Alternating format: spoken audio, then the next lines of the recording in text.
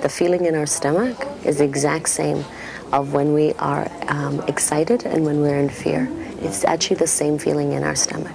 So the body actually has the same feeling. It's us that decides whether that's fear or that's excitement. Interesting. So what if actually what you're feeling is the exhilaration of your spirit?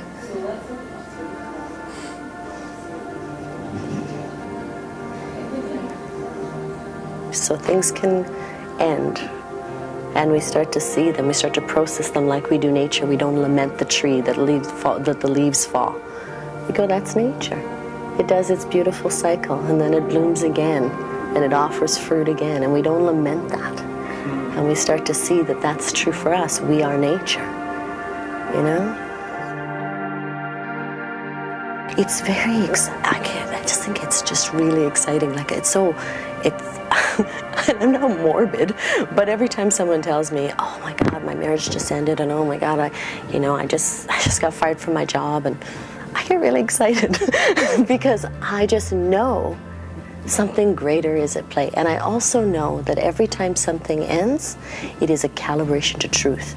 Somewhere within us, we already knew that what we were, you know, that relationship was no longer, the way we were in that relationship, whether it's a friendship or a work relationship or a lover, it was now no longer truthful to who we are, right? And so everything, if we just start to look at everything, these are all calibrations to truth, we can become better. We can allow endings to be sacred. And when we allow endings to be sacred, we allow the new beginning to be beautiful, whatever that form looks like.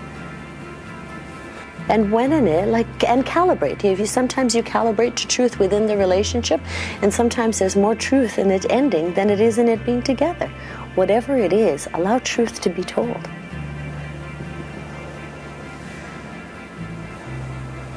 We get this not just about thank you for leaving me, it's thank you for firing me. Thank you, right? Like it's actually a way of life. It's a way of life. It's a way of being, and that's what makes it. Yeah. Right. That's what makes it compelling, because we all kind of get that either we are there, we've tasted that moment. We may not live in that moment all the time, but we've tasted the moment at some point in time to know. We've all had enough life experiences to have tasted the moment of what we thought was crap that actually turned out to be for our greatest benefit. And then it's in that movement we start, and the more and more we're in that movement, we start to see that the universe is living through us for our greatest design and good all the time. Because when I got that, nothing, like all of the experiences, none of them happened to me. They all happened for me. Because that's all it is changing its rhythm. It's not actually ending, it's like energy, it's just morphing into a new shape and all of that, right? What is this change? What has it inspired within you to come out?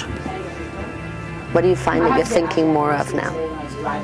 And that's so cool, because the cycles, this is what I'm starting to notice.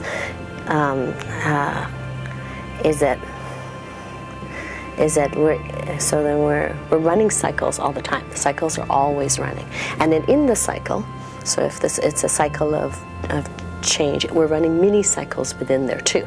Like the cycles are happening within the cycles that are happening within the cycles. So that's why it's okay to be present moment about this experience, being present moment, knowing that it's actually part of a bigger cycle that's actually, you know, moving through us, and we're in perfect harmony. We're actually harmonized.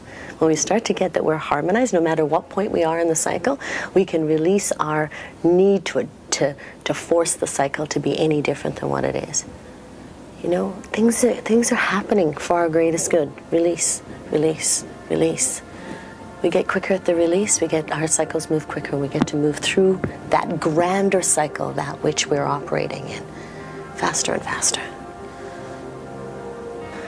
You know, we don't like, you know, your best friend in grade 7, we don't wonder why you're not friends with them anymore, right? That's true. Right? We don't go, oh, and then make up a story around it. We totally thought that was the coolest best friend to have at that time. We did so many great things, and da-da-da. You can enjoy that experience when you think about it in your mind's eye. You can go back to it and totally love it without all this heaviness around that, right? And nobody expected you to be friends in your you know, for another 50 years. Nobody made up a story of what that meant if you weren't friends in 50 years, right? It just allowed, like, give fully, be in each other's world fully, offer your gifts fully.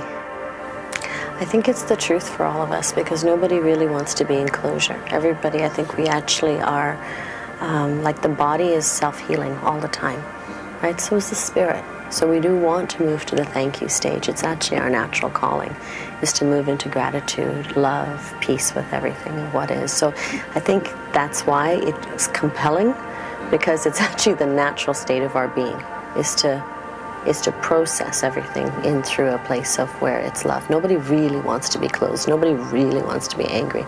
Nobody really wants to be any of those things. We just have not always seen enough role models or gotten enough tools in how to become that which we truly are. What you decide to do with that experience is where it becomes interesting. So this is a gateway. This is an experience. That's all it is. You decide whether that's going to nourish you or that's going to deplete you. Take it as nourishment. Given the option, why not?